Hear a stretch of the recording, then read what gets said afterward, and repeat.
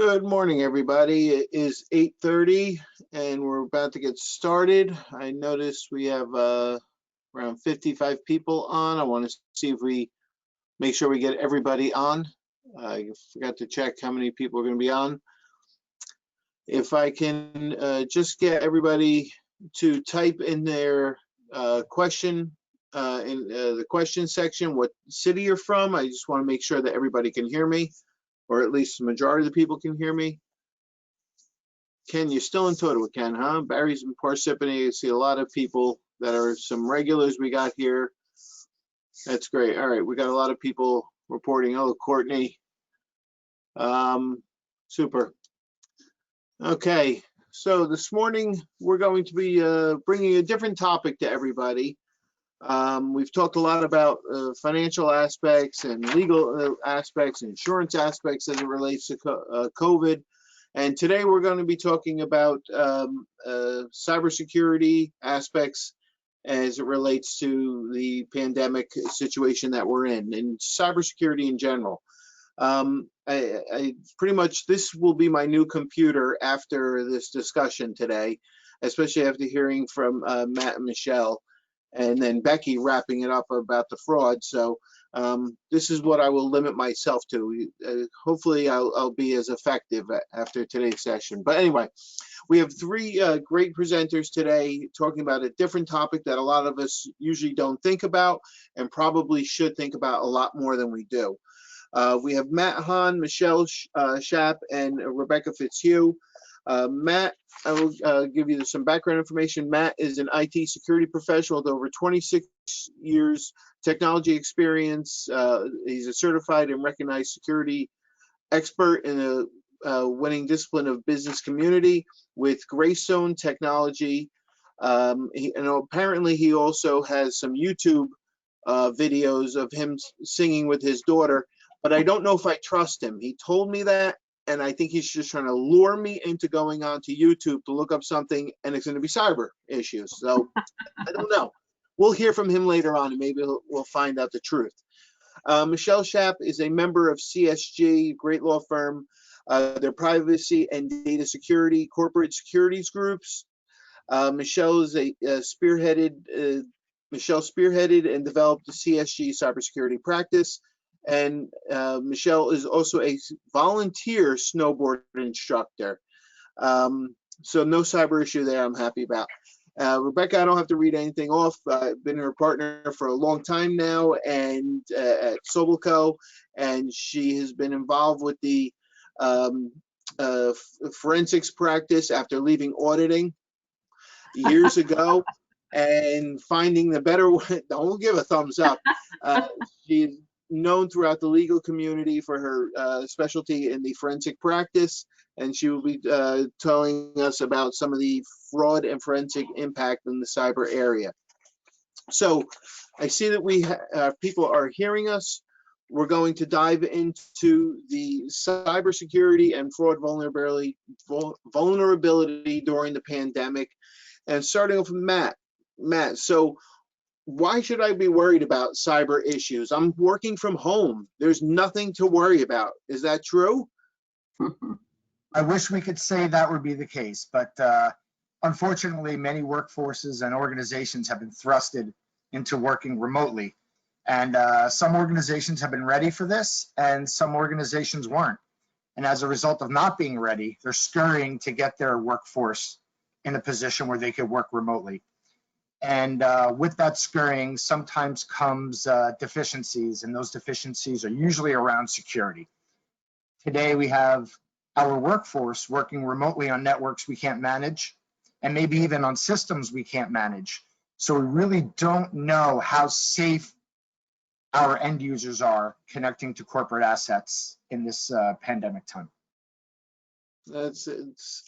You know, I'm sure that a lot of people feel I'm out of the office, I don't have to listen to it about it anymore, and now I'm working from home, so it's not going to be an issue anymore. I mean, you know, I was told to stay in place, so that's going to make me secure. I guess for cyber issues, that's not true.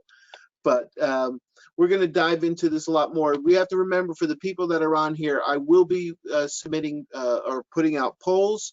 I'm going to put out the first poll real quick, just to make sure that everybody's on. If you need CPE or continuing learning credits, you have to reply to at least 75% of these. So the first one that we will share is for Matt to know, and our speakers to know: has your business, you or your business, been hit by a cyber attack?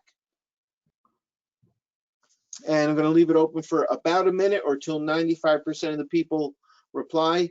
Remember, if you have questions, please put them in the question and answer. I will be looking over them as our presenters are talking, and I'll be happy to ask them as we go along.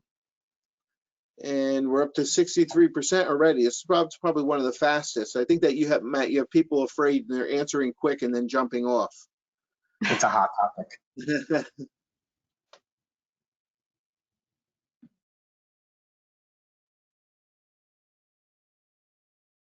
All righty. So we're up to 70%. I'm going to close out the poll. And so I'm actually surprised at the results, and I'll share that. 33% said yes. Only 52% said no. 14% said possibly. We have some suspicious activity, and fortunately, 0% said I don't use a computer, which I was going to find suspicious. If somebody answered that, how are they on this? So, right. So anyway. So I'm surprised, Matt. Are you surprised that 33% of the people said that they've been hit with a cybersecurity, them or personally or their business have been hit with a cybersecurity attack, cyber attack? I would say no, it doesn't surprise me. And I would tell you that the number is probably higher because they may also not be aware that they've been hit, because it traditionally takes anywhere between 6 to 10 months before a cyber threat has been identified. So many of these people who believe that they're safe and may not have the best security posture could be in for a real surprise. Michelle, I noticed that you were, it looked like you were agreeing with him on that. I mean, it said 33% said yes, and then 14% said possibly. So nearly 50% of the people on here said that they were hit or possibly. I mean, that doesn't seem to surprise these two here. It surprises the heck out of me, but the two of you don't seem surprised. And Becky's just sitting there stone, like I'm not going to say anything. I'm on the stand. So it doesn't surprise you at all, Michelle, huh? Sadly, no. And I don't know if you've heard this quote, but it is used often and attributed to several people, and that is that there are two kinds of companies: those that have been hacked and those that don't know it yet. And it's not if, it's when, and how badly and how quickly you are able to detect it and contain it. And as Matt said, that if you're lucky, and I can name one client in particular who was that lucky, who realized that somebody had clicked on a link that they shouldn't have clicked on and had let loose a potential disaster literally within 24 hours.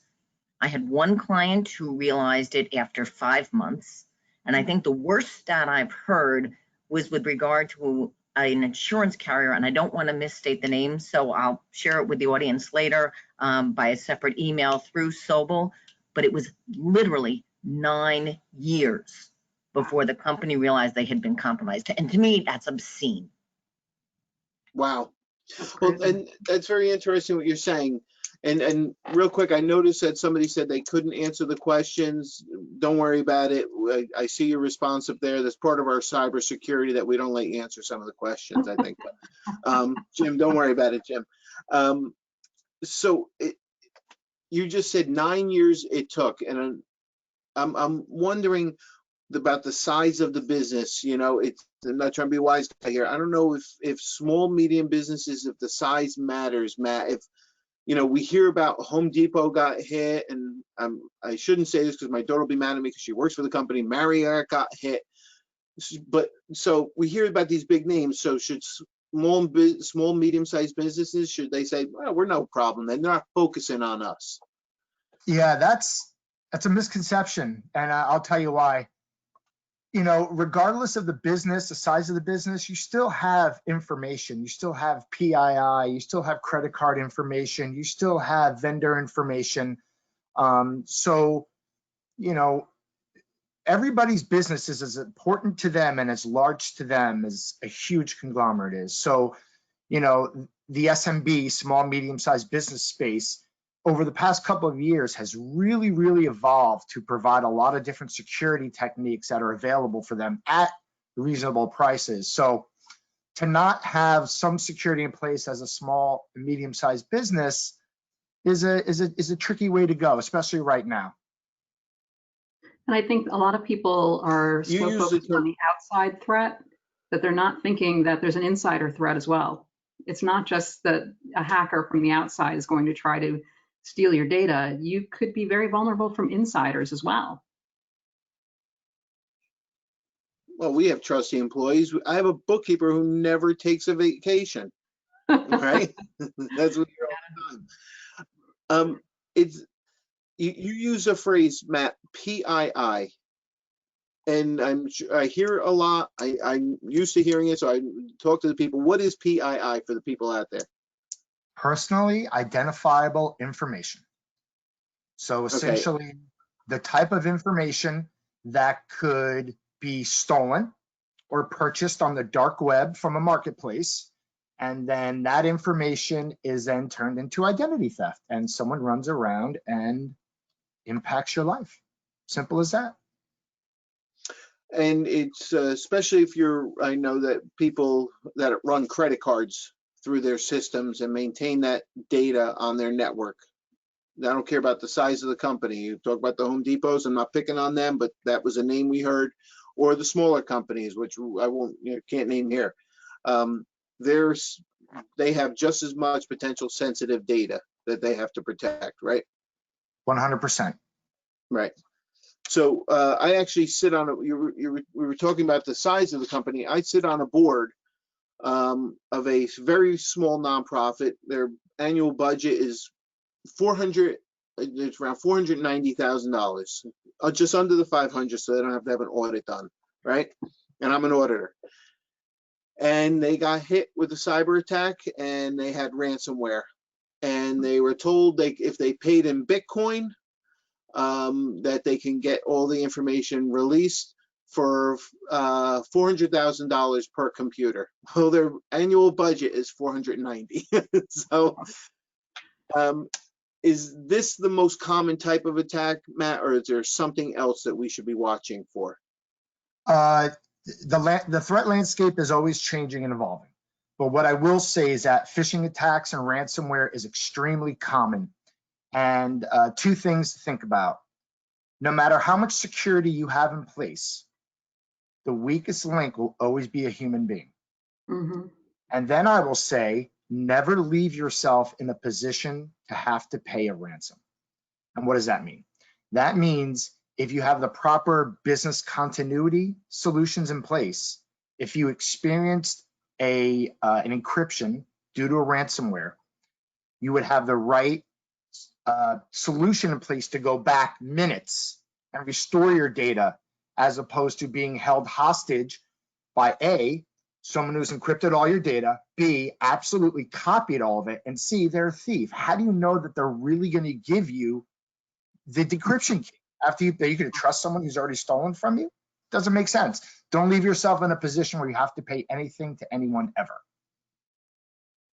Well, when they ask, I usually just give them my bank account like they ask for in the email, because somebody needs it to get out. I actually had somebody send my wife a message on Facebook and say, is Brad okay? Is there anything we need to do? And she responded to him, what are you talking about? And they said, well, we got an email from him that he's in jail somewhere and he needs help. And she's like, well, that's not a surprise. well, that doesn't sound surprising, right? She's like, no, he's upstairs in the shower. He's not in a jail down in another country. So I guess that would be considered a cyber attack, but on me, but it wasn't my actual email address. It came from some .com type of thing that I don't even use, but they had my name in some way and they sent it out to everybody. So, yeah, asking for money for ransom because I was in jail and I needed to get out to get back home. And somebody said they figured out that it was fake because it was the middle of tax season. And what would I be doing in that other country? In the middle of tax That's season, because you had stolen money from somebody and you had to get away. right? And no, Courtney, nobody paid any money, unfortunately. I'm going to send out the next poll real quick. And the poll is, do you have a cybersecurity policy? And I will say, as auditors, and I don't know what this does for anything, and Michelle, I'm going to go to you with the next question. As auditors, this is something that we are reporting on more. Very loosely, I will add, but we're reporting on more if a company does or doesn't have a cybersecurity policy. And surprisingly, we're up to 60% already. And right now, 70% said that they do have a cybersecurity policy. I'm very happy to hear that. I will close it in a few seconds. I want to let everybody get a chance to answer, especially if they need CPE. And remember, if you have questions, please ask them. We haven't gotten many questions yet. And I'm going to close it. I'll share it. Hopefully you can see it. 71% actually said they do have a cybersecurity policy. 21% said no, and 7% said working on it. Michelle, what are companies' obligations as it relates to cybersecurity? Let me first step back on you. And when you have companies or people saying 71% have a cyber policy, that's a very broad statement. And to your point, Brad, it depends, at the risk of sounding like a lawyer, where you live, what laws you're subject to, what business you're involved with, as to what you're obliged to do. So by way of example, if you're subject to HIPAA and you have not just PII, but PHI, or protected health information, then you have to have very clearly delineated written policies, not only for your operation as a healthcare provider, but then you also need to impose those obligations on your business associates, the folks that are doing the billing for you, the folks that are doing the processing for you, what have you. And business associates are now directly subject to HIPAA as well. If you're not in the healthcare industry and you're located in New Jersey, you may or may not know that 50 different states have 50 different breach notification laws. And you say, well, that's a pain in the neck, but that's a reactive statute, meaning that I may or may not have a policy in place, but I just need to worry about if I'm giving notice timely when the proverbial hits the fan. However, we are adjacent to New York State. And New York has two pieces of proactive legislation out there. You've got the SHIELD Act, which applies to any business, no matter what you're in, that you've got data with regard to New York residents, which then does require you to have proactive measures in place. And if you're in the financial or insurance industry with branches in New York, with limited exception, you need to have proactive measures in place, and you need to be vetting your vendors. And by the way, for those of us in New Jersey, if you think we're off the hook, you're not, because there are federal and state pieces of common law that say that if something is a foreseeable risk, then you need to take measures to protect your employees or your customers from that foreseeable risk. So I'll give you an example. After all, you guys are in the business of taxes. Back in 2015, the IRS sent out an alert to everybody saying there's a scam going around, basically saying on a Friday afternoon, Brad, I'm the head of HR and I need to have everybody's W-2s, and I need it because I need it by Monday. And you, being a good worker bee, say, okay, click, and you send me all of those things. Well, if I haven't trained you as part of my cyber policy that that is in fact a scam, and a known scam, especially now 5 years later, then the company could be found liable under common law. And that's true under a state decision out of Pennsylvania and a federal decision out of one of the Carolinas, and I always forget which. But the point is, these are foreseeable. And as an attorney, we absolutely have an obligation to keep our customers' information confidential. And the ABA has come out with rulings saying that we need to be aware of what tools are out there. So Matt mentioned encryption.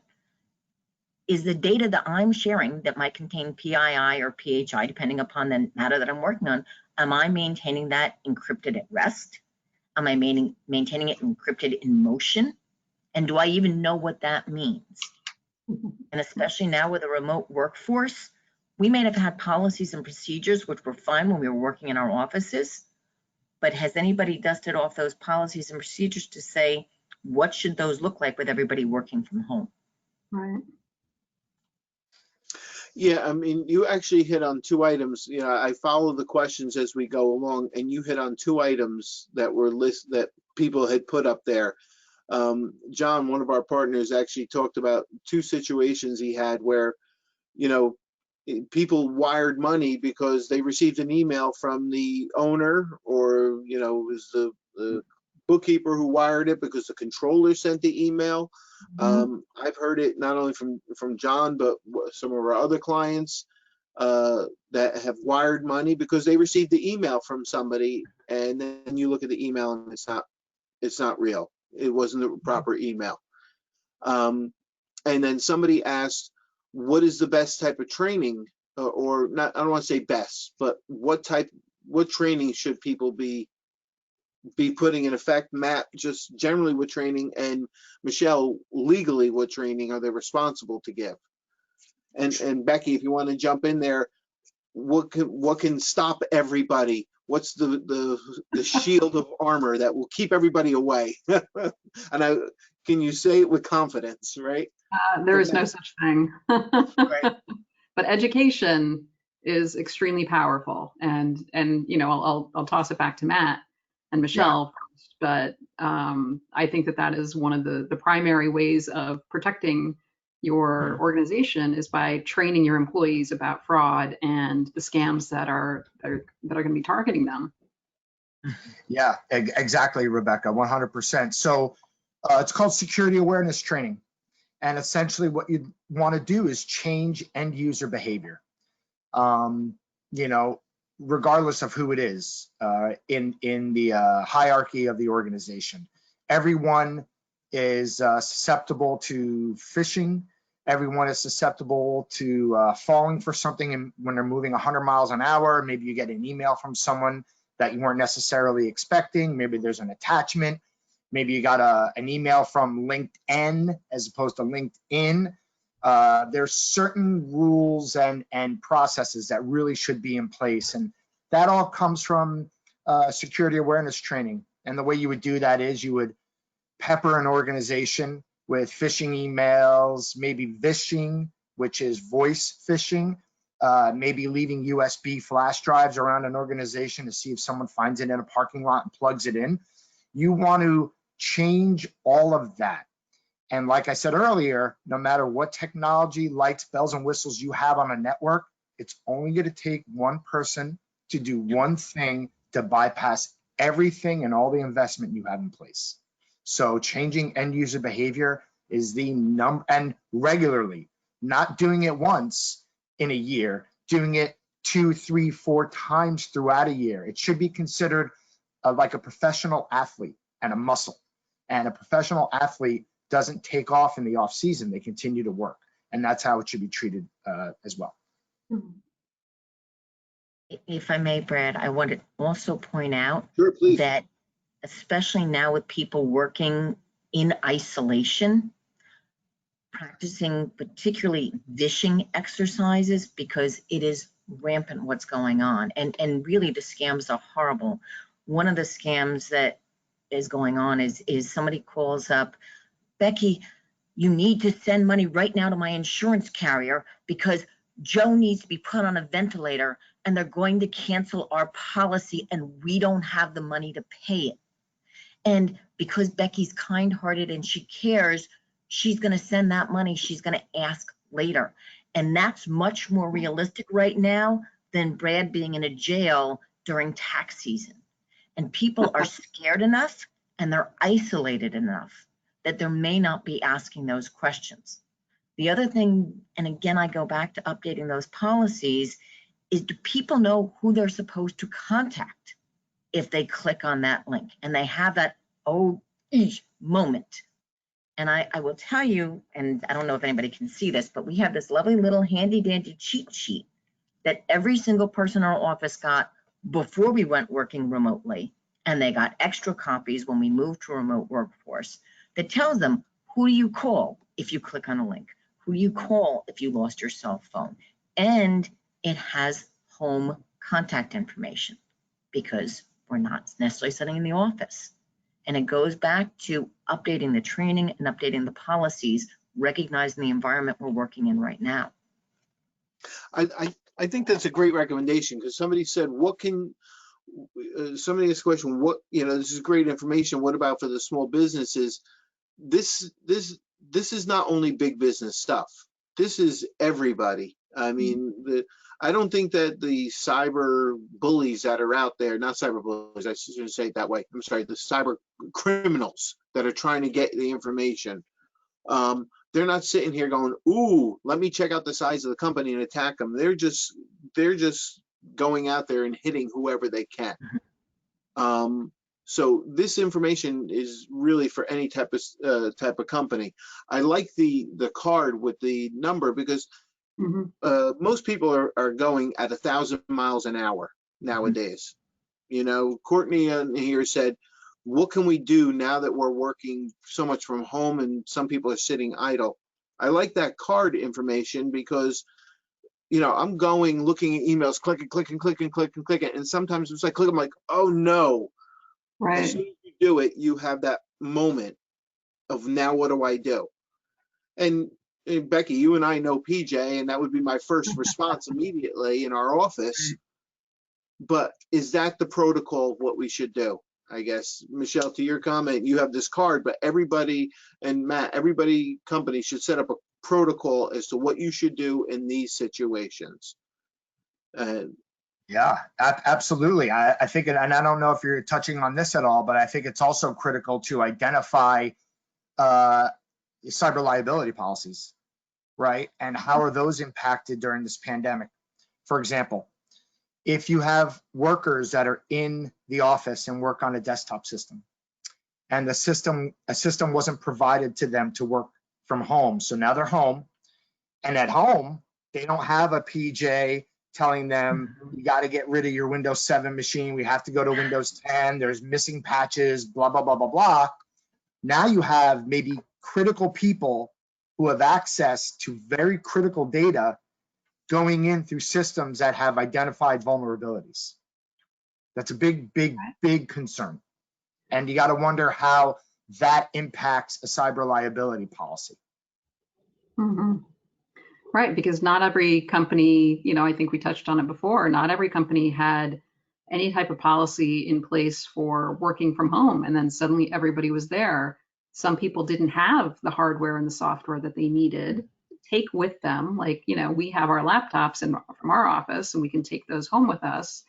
But, for people who didn't have that, what kind of workarounds are they using that are not necessarily compliant with any type of good security hygiene? Are they downloading programs that, are they downloading video conferencing apps that may not be secure? Are they, clicking on links like we talked about in emails, or they shouldn't be, where they think they're getting information from somebody, but it's an attachment or a link that's actually planting malware on their computer. So without educating your workforce, they are subject to all sorts of negligent behavior that is putting your company at risk. Well, and the other important thing is, with people working at home, not everybody has multiple computers in their house. So it could be that I'm logging in to my work environment, and then my 9-year-old son is on that same computer gaming.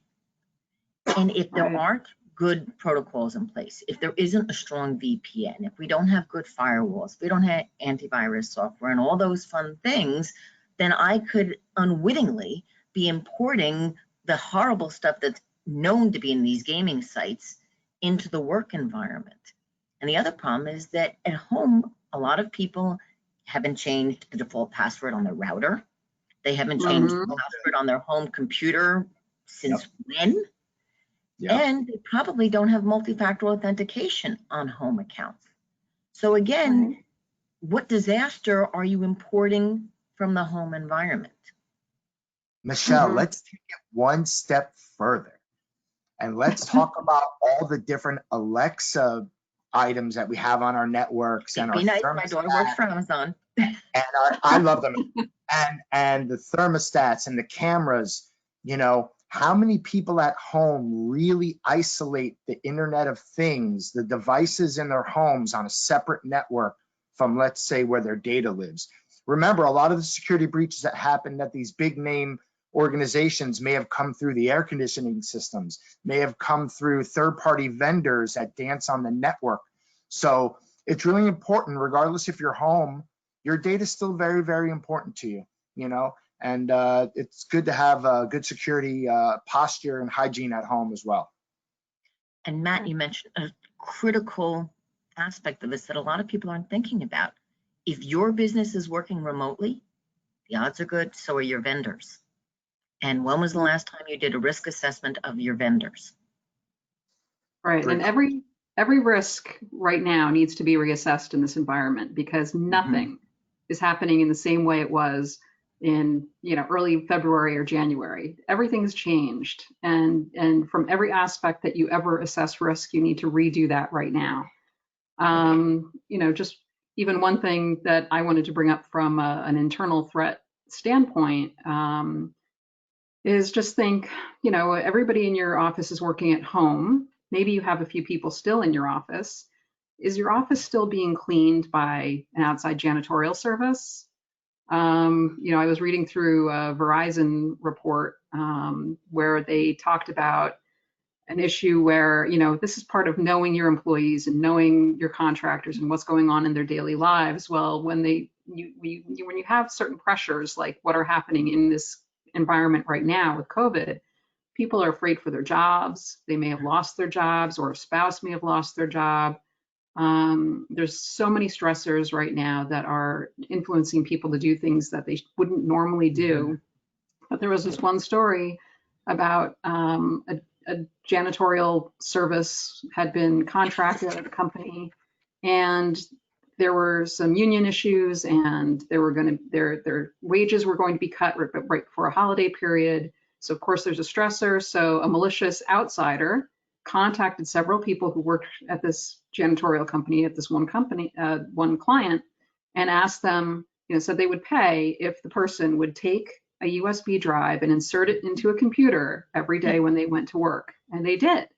Now, luckily, the company was able to identify that something strange was happening, and they were able to isolate it and figure out what the cause was and where this threat was coming from. But who knew? I mean, who would have thought? So you still have to think about the security in your offices, even though most of your people are working from home. But you know, just think about all of the pressures that are on people and who is coming into your office and what access do they have, and are your computers that are in the office safe as well? Yeah. And you said something, Becky, and Linda asked asked a question. She asked a few of them, but one of her questions was specifically on this: is how do you assess the vendors, though? What's the best way, other than saying you can't have access? Because one of the big hits on the big companies that we know, I believe, came through a vendor too, right?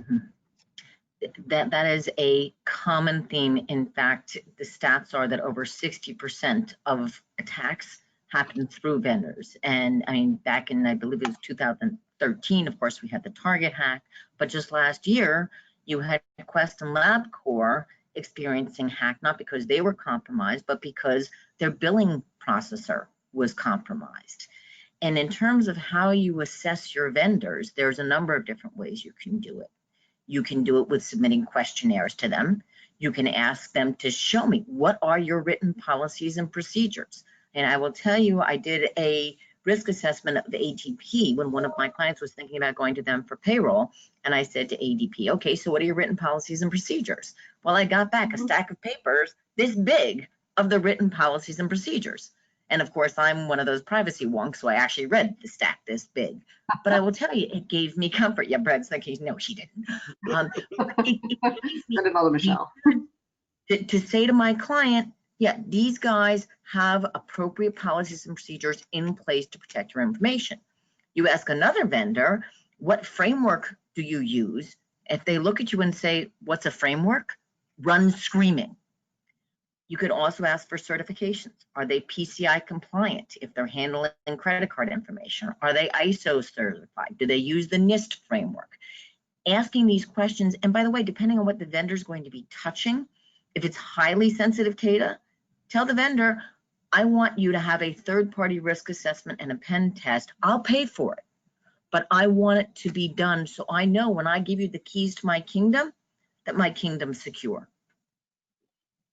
All right, and just normal limiting access. Don't give people or vendors access to more than they really need to do their jobs, because you're just asking for trouble.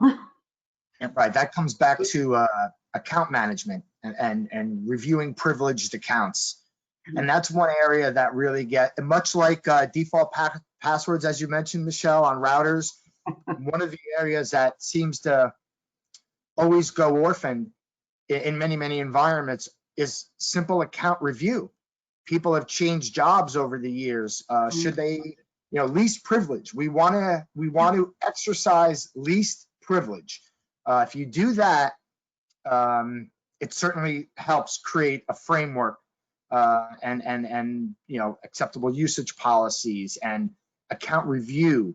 And Brad, you said something to me that actually, while you were joking around, someone comes in every day, works, you have to have mandatory vacations, right? Maybe you want to identify if there is some salami things happening within the environment, right? Which is slicing off. So it's important to have processes around the people that present the threats to an organization. Right. And going back to what Becky had mentioned, you've got people now who have been furloughed. You've got people who are now collecting unemployment. And are those people's credentials still active? Mm-hmm. These are people who are truly disgruntled employees now. And have you deactivated their credentials? Or can they say, yeah, furlough, yeah, I'll show you. And Right. they get into your system because you never revoked their credentials. Right, and they're going to go in and they're going to take some data or some trade secrets, and they're going to go out on the dark web and sell them to the highest bidder because they need the money. And they wouldn't normally do this, but they're in a situation where they're under a lot of pressure. They have the access, and they can rationalize it to themselves, and they'll do it. And one of the areas I think that a lot of companies are lacking in or slacking in, I don't know which is the best way to put it, is the phone devices. And I shouldn't say anything because I know Alan's listening in and he'll start cutting off my phone access and I'll be lost. But everybody is BYOD, they're using their phones nowadays. And yeah, somebody's furloughed, Michelle, like you said, but they're sitting there and they still have their phone activated probably. And we just didn't even realize it. Yeah, we got their computer from them. We're good, we're safe, we have their computer, but BYOD, is there something that we should be doing, watching out for? I know Matt's going to chime in and say, don't let them have it. But it's a necessary evil. So there are ways to contain and control the connection to the resources of a network. So some organizations leverage what's called MDM, which is mobile device management. And with mobile device management, it creates like a sandbox, if you will. But it's very, very tricky because you're dancing on personal devices and corporate devices and privacy. And so if an organization truly wants their end users to have access to corporate resources through their mobile devices, they should be provisioning the equipment because they can properly patch it, secure it, and disconnect it in the event that they have to let someone go in a fast fashion. that's a tough one though, cost-wise. And I guess that's where some of the smaller companies have some difficulties is just the cost factor as it relates to it. But I guess what's more expensive? Is it more expensive to provide the devices, or is it more expensive to provide the ransomware at some point? Yes. But there are some features, right? So let's say, smaller organizations may say, hey, we don't have the funding for MDM. We just need you to get your email. We want you to be able to get your sales going, take care of customers. So if you're leveraging like Office 365, you still have some control. And some of the things I would give you as points of advice would be never to use the embedded email client of a phone, because then you're automatically integrating your personal life with your business life.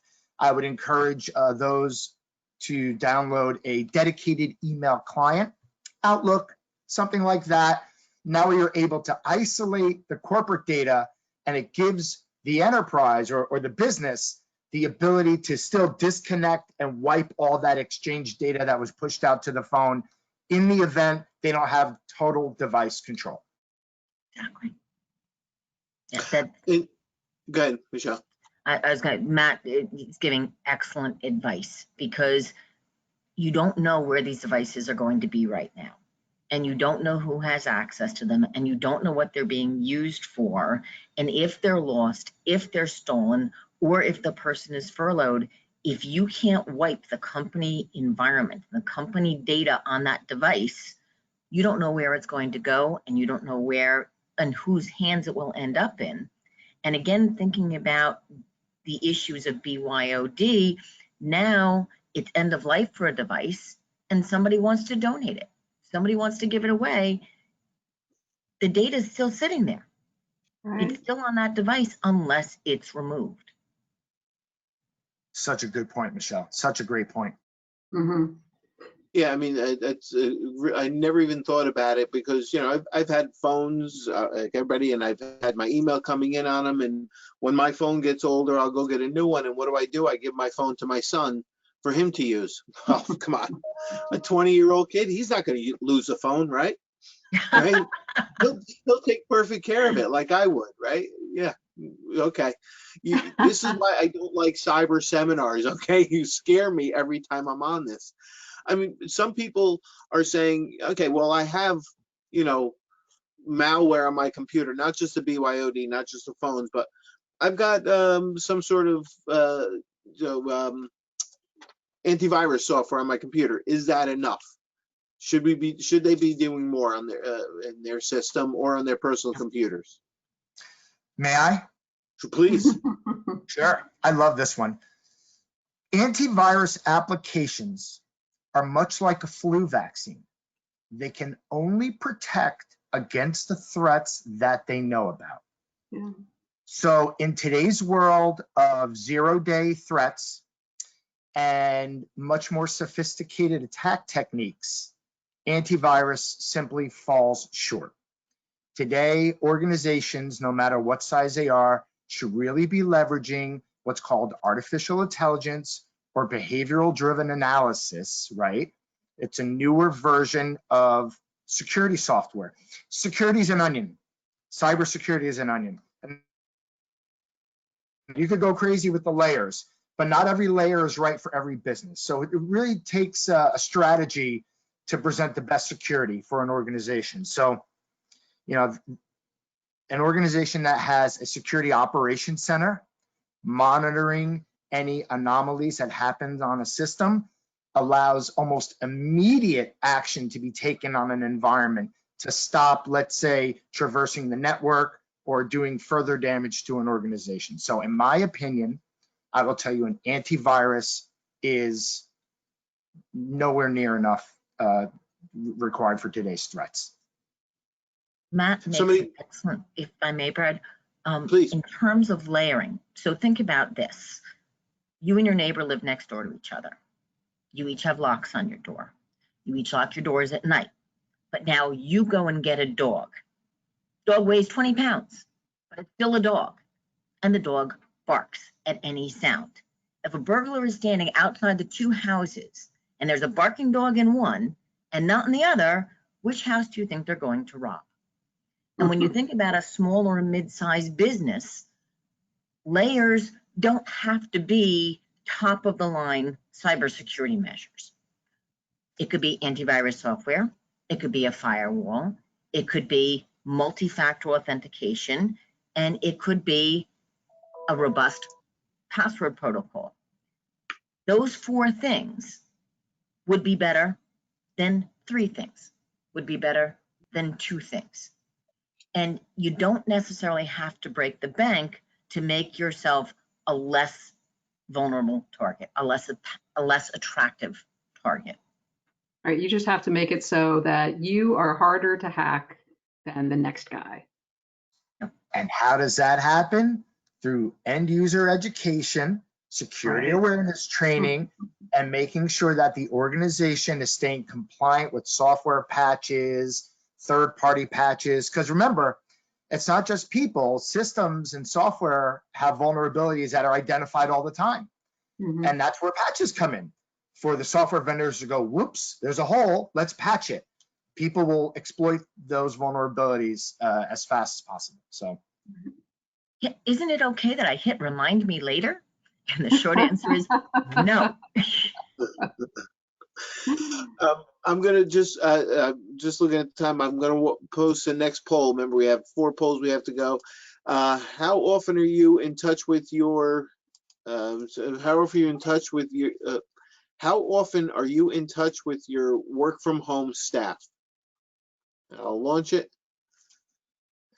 And so, Becky, one of the things that I'm hearing a lot, or I'm seeing come up on here, and I even talk with clients a lot, is, but I'm a small company, and not that they're going to be hacked. What can I do? I mean, this sounds like a lot of time and a lot of money. Should I really be doing this? Is it a problem? And what can I do that's really cost beneficial? And before you answer, I want to just give you that thought. We're up to 58% at 32 seconds. How often do they get in touch with their staff? 68% said daily. 30% are saying, or now we're down 20% say weekly, and 3% said never, which is kind of scary. Well, maybe they don't have work from home staff. That could be what it is. I just like to think it's weird. So I'll close it out, and I'll share the results. As I said, it's right around where I said before. 68% said daily, 29% said weekly, and now we're down to 2% said never. I think that we may have embarrassed those people to change their vote. But Becky, going back to my comment, I've see people saying it up there. And I hear it from clients. Besides the fact we're a small company, are they really going to attack us? Yes, that's possible. But what can I do? That's not going to just sit here making me spending tons of money, because I'm not a big company. Right, and I think Matt and Michelle have both addressed that to a certain extent, in that there are some easier, less expensive things that you can do, but doing anything is better than doing nothing. And antivirus software might, while it's just a band-aid, at least it's something. Heightening the security measures with multi-factor authentication and difficult passwords, and making sure that your people change their passwords frequently is better than nothing. You don't necessarily have to have some fancy bells and whistles system to at least heighten your security. The thing is, when you're a small company, if you are attacked, and you're far more vulnerable to being totally destroyed than a really big company, because you have fewer resources to respond to that kind of hack. And it's always less expensive to prevent something like this than to have to respond to it afterwards. Because when you get into the types of damage, and and Michelle would be able to speak better as to what the liabilities are after a hack and after exposure of personal information or healthcare related information, you don't even want to go there. It's much better to take those preventative steps beforehand. But aside from the technology, I mean, we've talked a lot about educating your staff education is one of the best measures of protecting your organization, because if people don't know what fraud or misconduct looks like, they're not going to know how to report it. And they also need to know who to report it to. So you have to have some sort of policy in place where people can recognize fraud, misconduct, possible weaknesses in your systems, and be able to report it to somebody. Michelle talked about her little resource card that everybody in their firm has, telling you how to report a breach or an error or a mistake. All of those things are really important. I think it's, you know, how often are you staying in touch with your staff is really important also, because especially now when people are working from home, it's really easy for them to feel untethered from the company and feel like they're on their own and they're alone and nobody cares.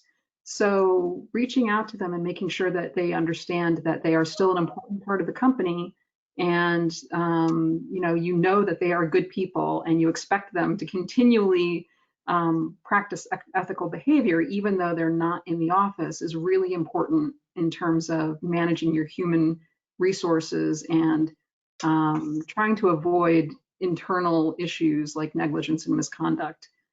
So you want to reinforce ethical messaging. You want to stay in touch and make sure everybody knows that they are valued employees, but you also want to model ethical behavior from the top down. Because if you in management and owners are not modeling ethical behavior, why should anybody else? Trust is not an internal control. That's my watch phrase. It doesn't matter how much you trust somebody, because usually the people who commit fraud are the long-term employees who you would never think would do something like that. And they have essentially the keys to the kingdom because there's no oversight.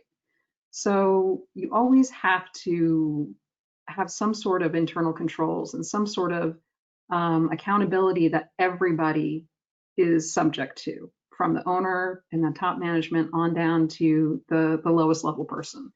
Those are all very important in terms of creating a culture where people understand that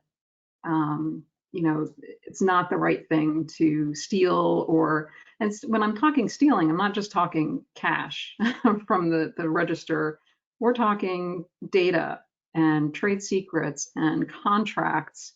You might have your company might have special arrangements with certain clients, but it's a different arrangement for each client, and they don't necessarily want the other clients to know what they're doing with the first client. So you don't want those types of things getting out. And those are secrets, and if those are breached as well, then it can cause a lot of harm to your company. So you really do want to manage your internal relationships with your employees in order to make sure that people understand. And you have to make sure that there are consequences when people either commit fraud or purposely violate procedures, or even when they're negligent. There have to be consequences. If it's negligence, it's retraining, it's more education. It's making sure that people don't have or understand what they did and know how to avoid doing it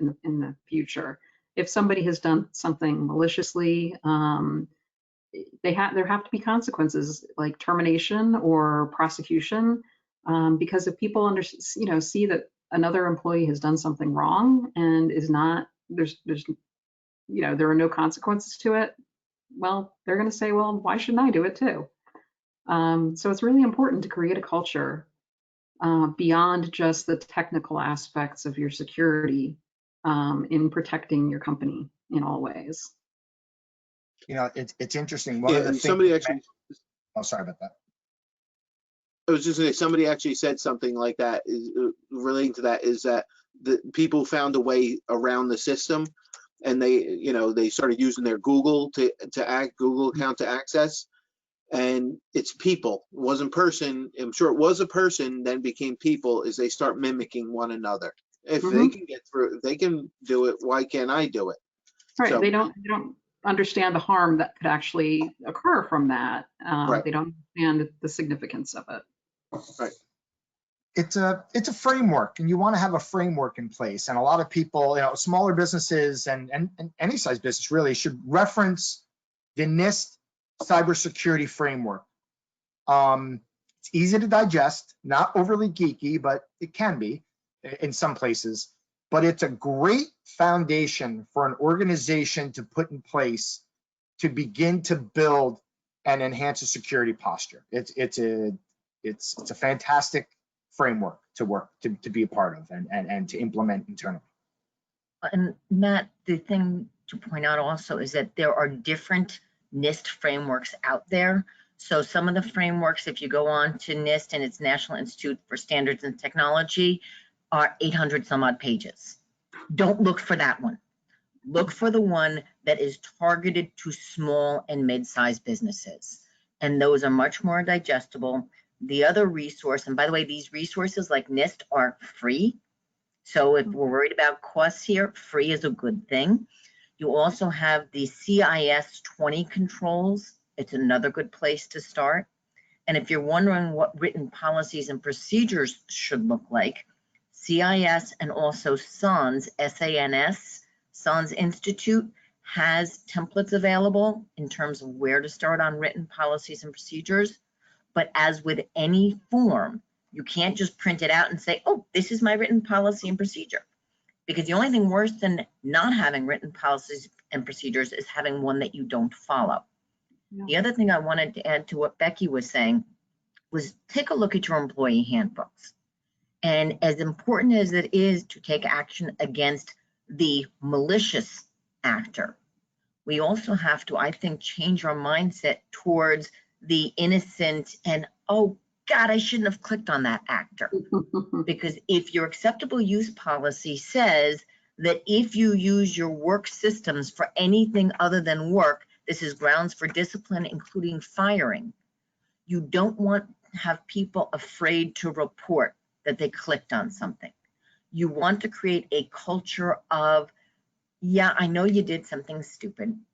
Thank you for telling me within 24 hours so I can do something about it, as opposed to brushing it under the rug and saying, they'll never find out it's me. You want employees to know that they can report if they report honestly, openly, and quickly. And I'm not saying that if you've got an employee who's now done this 5 times, it's time to say, yeah, they're beyond remediation. They're out of here. But one innocent, oh my God moment should be encouraged as a reportable, teachable event, not a firing event. Right. So there's a couple questions that came in. I just want to make sure we get to, and I do have one more polling question to go.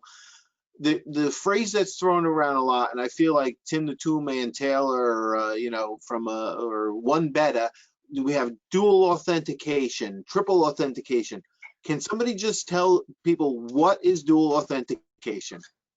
Sure. Multi-factor authentication goes by something you have, something you know, and something you are. So let's look at a bank. Something you have is your card. Something you know is your PIN code. That's multi-factor authentication.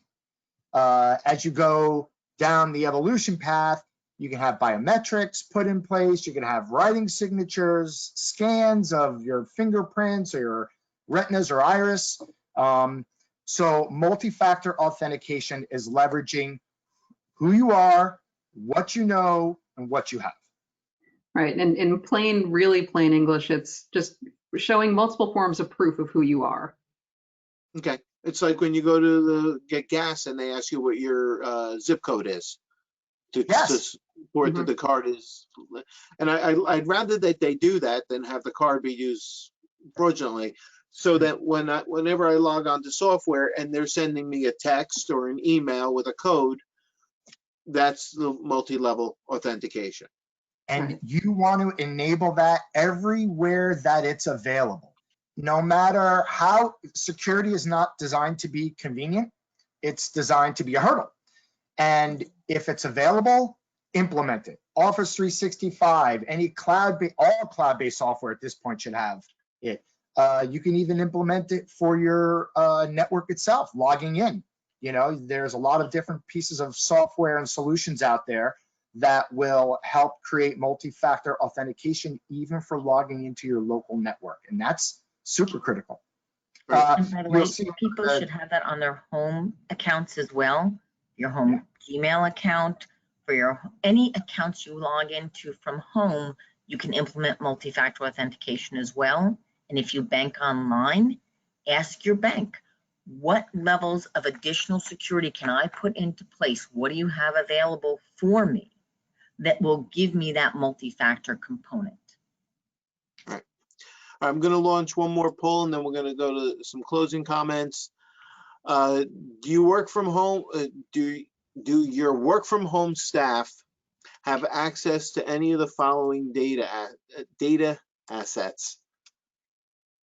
Business plan, contracts, employee logon credentials, and client donor trustee data.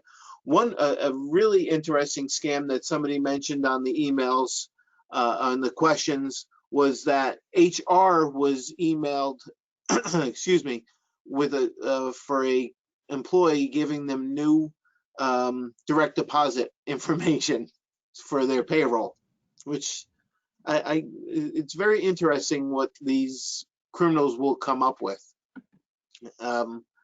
It's evolved a lot more from I'm a prince in this country and I need help to get out of the dungeon type of thing, that emails that I've gotten. They seem to find a lot of different ways. So I'll close out the poll. We're at 47%, and 10% said business plans, 38% said contracts, 28% said employee login credentials, and 24% said client donor trusted data. So the two that scare me the most are the employee login credentials, if they have access to it, and there's 28%. But we do have a lot of controllers and financial people on the phone that are involved in the system. And then the client and donor trustee data, because if they're providing their information, they're entrusting that you're keeping it safe. So it's scary. Michelle, there was one question that came up I wanted to ask real quick. We're just past the time. I want to get the closing comments, but somebody asked, you mentioned New York, New Jersey. Do you have anything to say about Connecticut? I'm not going to go through all 50, I promise.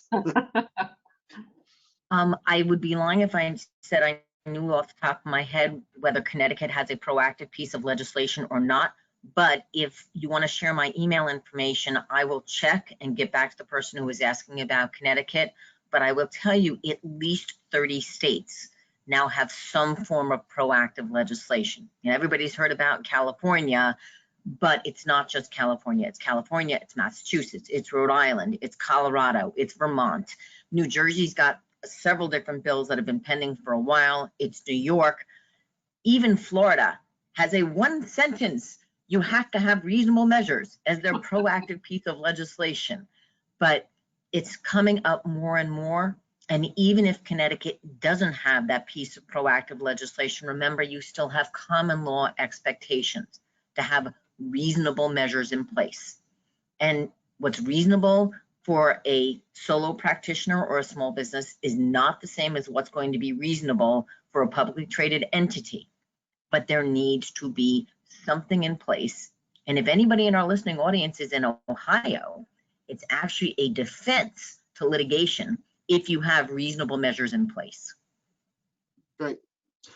So we're past the 9:30 mark, and I'd really love for people just to hear some of your closing comments. Some people have asked pretty much like, how can I start, or where should I start, or what should I be afraid and nervous about? So Matt, if you and as some people, Michelle, I will put up your information, your email address and your contact information. So Matt, what would be your parting wisdom to people? Turn off the computer? Yeah, stick with the paper and pen. Now, essentially, available for download, we created what's called the Common Sense Cybersecurity Worksheet. And I think that would be a really great place to start. It's easy to understand, high level, and it's a great way to see what you have in place, what maybe you don't have in place, and what should be considered from a security standpoint. And at the end of the day, it really comes down to education and people, and having contextual understanding of how a business operates, and to understand what security solutions are right for that business.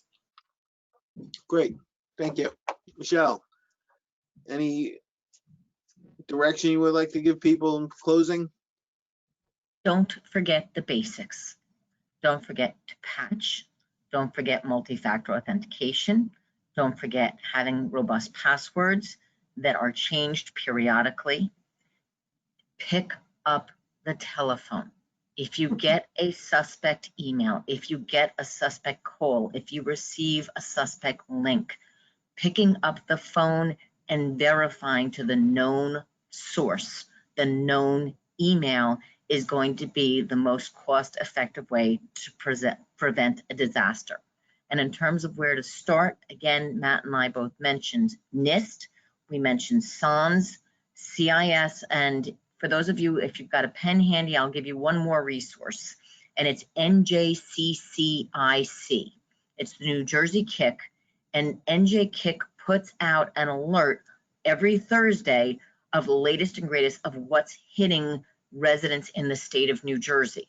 So if you want to know what the trends are, if you want to know what the latest hacks are and the threats are, that's a great resource. One other thing I will mention, and we started out earlier with misdirected funds. If, God forbid, somebody compromises my email and sends an email to Brad that says, I've changed my banking information, this is where you should send the money. There's something called the FBI kill chain. If you contact the FBI within 48 to 72 hours of having an errant wire sent, you have a fighting chance of getting some or all of those funds back. But don't just report it online.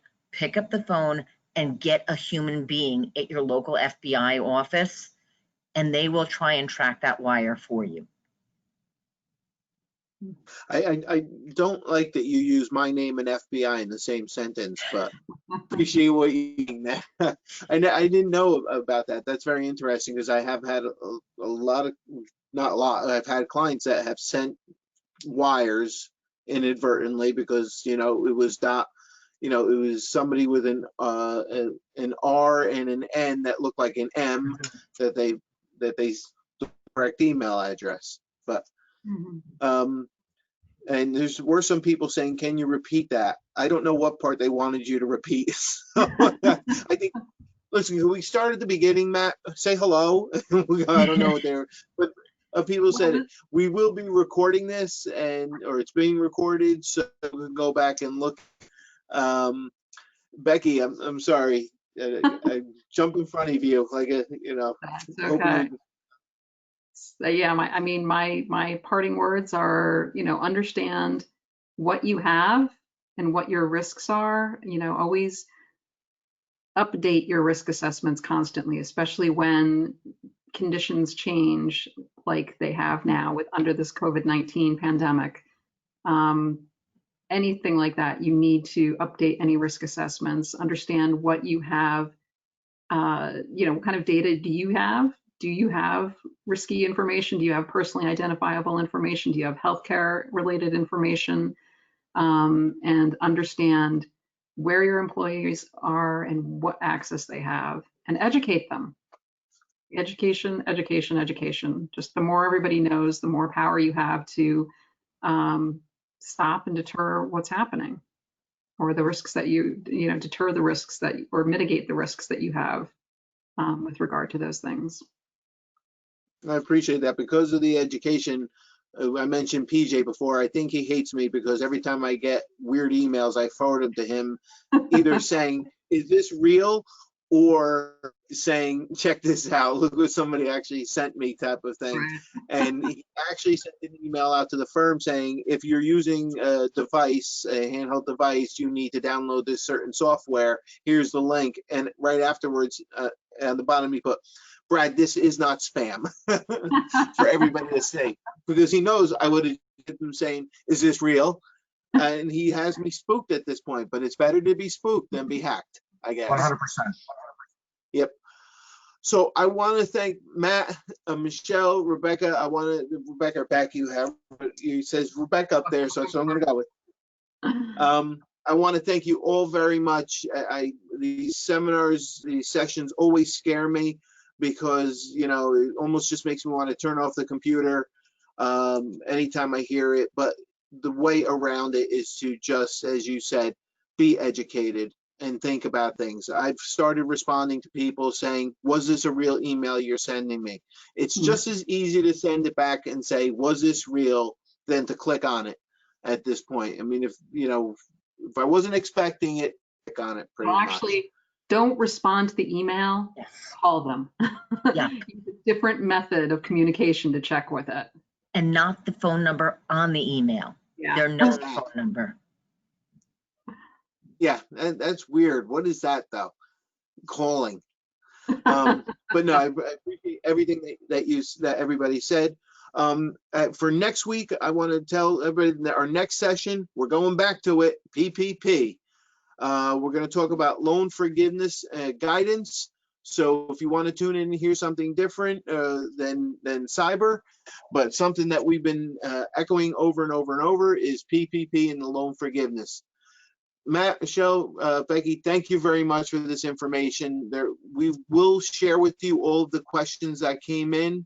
Their handouts are available to everybody. This will be recorded, but we'll share the questions with Matt and Michelle. And if you see somebody that you want to reach out to and give them more information, please. But they do have your contact information because I did share it with everybody. So I want to thank everybody for attending. We went a little bit over, but this information is just ever growing and scares everybody. So thank you for staying this whole time. All right. Thank Have a you. good day. Take care. Thank you.